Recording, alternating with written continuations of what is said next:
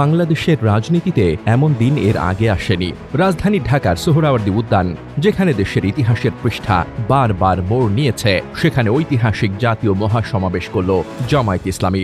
ঘটনাবহুল সে সমাবেশে বক্তৃতা করতে যেয়ে মূর্ছা যাওয়া জামায়াতের আমির ডাক্তার শফিকুর রহমানের আবার উঠে দাঁড়ানো ছিল প্রতীকী আধিপত্যবাদী ভারতের মনোনীত শেখ হাসিনার নেতৃত্বাধীন আওয়ামী লীগ সরকারের ১.৫ দশকের দমনপীড়ন, হত্যা, নির্যাতন আর নিষেধাজ্ঞার ধ্বংসস্তূপ থেকে জামায়াতের ঘুরে দাঁড়ানোর ইতিহাস যেন ফুটে উঠেছে তার আচরণে। এ লড়াকু নেতা তার বক্তব্যে জানালেন, ২০২৪ সালের আন্দোলনে শহীদদের রক্ত বৃথা যেতে দেওয়া হবে না। নতুন বাংলাদেশ গড়ে তোলা হবে, যেখানে সবার জন্য ইনসাফ থাকবে, কিন্তু থাকবে না অন্যায়, জুলুম, বেইনসাফি আর চাঁদাবাজি। নির্বাচনের আগে অপরাধীদের বিচার দাবি করেন তিনি। লড়াই হয়েছে ফ্যাসিবাদের বিরুদ্ধে, আর একটা লড়াই হবে দুর্নীতির বিরুদ্ধে ইনশাআল্লাহ। এই দুর্নীতির মূল উৎপাটন করার জন্য যা দরকার, আমরা তারুণ্য এবং যৌবনের শক্তিকে একত্রিত করে সেই লড়াইয়েও ইনশাআল্লাহ বিজয় লাভ করব। এই হত্যা যারা করেছে তাদের সকলের বিচার বাংলাদেশের মাটিতে নিশ্চিত করতে হবে। জামায়াতে ইসলামীর মহাসমাবেশের সঙ্গে ছিল না দীর্ঘদিনের রাজনৈতিক জোটসঙ্গী বিএনপি। তবে জামায়াতের ৭ দফা দাবির সাথে একমত অন্যান্য রাজনৈতিক দলের নেতারা উপস্থিত ছিলেন মঞ্চে। তাদের বক্তব্যে ছিল বিষাদের কাব্য, কিন্তু সেই কাব্যের ভিতরেই ছিল বিদ্রোহের আগুন। আধিপত্যবাদ ও স্বৈরাচার ঠেকাতে তাদের সবাই জামায়াত ঘোষিত পিয়ার পদ্ধতিতে নির্বাচনের পক্ষে মত দেন। গণতন্ত্রকে সুরক্ষা দেওয়া সম্ভব নয়, পিয়ার পদ্ধতিতে নির্বাচন হলে উচ্চপক্ষ চাই না, তারা জাতির সঙ্গে প্রতারণা করে। আওয়ামী লীগ এবং তার দোসরদেরকে বিচারের আওতায় দাঁড় করাতে হবে। আমরা ঐক্যবদ্ধভাবে আমাদের লড়াই চালিয়ে যাব। আমাদের নতুন সংবিধান লাগবে, আমাদের গণপরিষদ নির্বাচন লাগবে। এক নায়ক বলে ঘোষণা দিয়েছিল, তারা এই গণতন্ত্রকে হত্যা করেছে, রাষ্ট্রীয় সম্পদ চুরি করেছে। ধারাবাহিকতায় এই ৫৩ বছরের মধ্যে এদেশের মানুষ একটা সুষ্ঠু নির্বাচন কখনো দেখে নাই। ২০২৪ সালের ৫ আগস্ট শেখ হাসিনার সরকারের পতনের পর রাজনীতির মাঠে যে পরিস্থিতি সৃষ্টি হয়েছে তা সাহসের সাথে পূরণ করতে চাইছে জামায়াত ইসলামী।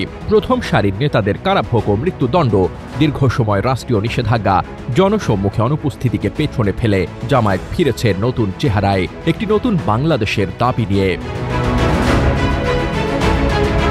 লাল সবুজের পতাকা আর দাঁড়িপাল্লা প্রতীকসহ হাজারো কণ্ঠে স্লোগান নিয়ে নির্ধারিত সময়ের অন্তত ১২ ঘণ্টা আগে সোহরাওয়ার্দী উদ্যানে পৌঁছান জামায়াতের নেতাকর্মীরা। নানা আবেগ ঝরে পড়ে তাদের কণ্ঠে। স্বৈরাচারী আমলে কিভাবে নির্যাতিত হয়েছেন তার বিবরণও তুলে ধরেন অনেকে। মাগুরা মোহাম্মদপুর নোয়াটা ইউনিয়ন থেকে। আলহামদুলিল্লাহ খুব ভালো। আমরা সমাবেশে আসতে পেরে খুব খুশি। লক্ষ লক্ষ মানুষের ঢল দেখে আরো ভালো লাগছে। সরাসরি ২ বস্তা অস্ত্রের মুখোমুখি হয়েছি। চাইনিজ কুলার আন্ডা দিয়ে আঘাত করা হয়েছে। অনেক নির্যাতনের মুখে আমাদের ভাই বন্ধুরা নির্যাতিত হয়েছে। কুষ্টিয়া থেকে খুব ভালো লাগছে, খুব আনন্দ লাগছে। 2 বাস 120 জন। ১০০ ফুট দীর্ঘ, ৩৬ ফুট প্রশস্ত মঞ্চ, এলইডি মনিটরে সরাসরি সম্প্রচার, মাঠ জুড়ে ছাউনি, অজু ও নামাজের জায়গা, চিকিৎসা বুথ, টয়লেট, পার্কিং সবই যেন সুপরিকল্পিতভাবে সাজানো।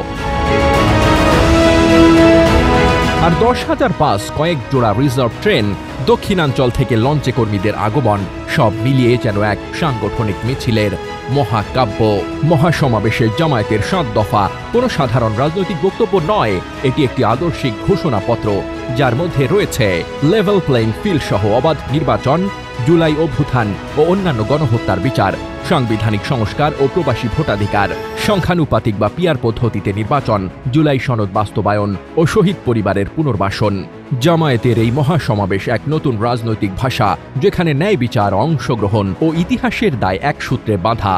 জামায়াতের এই মহাসমাবেশ শুধু সংখ্যার দিক থেকে নয়, একটি সময়ের ঘোষণা। যে ঘোষণায় বলা হয়েছে, আমরা ফিরে এসেছি বুকে শহীদের রক্ত, হাতে জাতির মানচিত্র নিয়ে সমাবেশে ভিন্ন মতাবলম্বী রাজনৈতিক দলের নেতা, সংখ্যালঘু সম্প্রদায়ের প্রতিনিধি, এমনকি জুলাই শহীদ পরিবারের সদস্যরাও ছিলেন মঞ্চে, যা এক নতুন জোট রাজনীতির ইঙ্গিত। জামায়াতের এই মহাসমাবেশের দিনকে ইতিহাস এক নামে ডাকবে, জামায়াতের প্রত্যাবর্তনের দিন। তারা ফিরেছে, মুখে গণতন্ত্রের কথা, হাতে শহীদের স্মৃতি, আর চোখে এক নতুন বাংলাদেশের স্বপ্ন নিয়ে।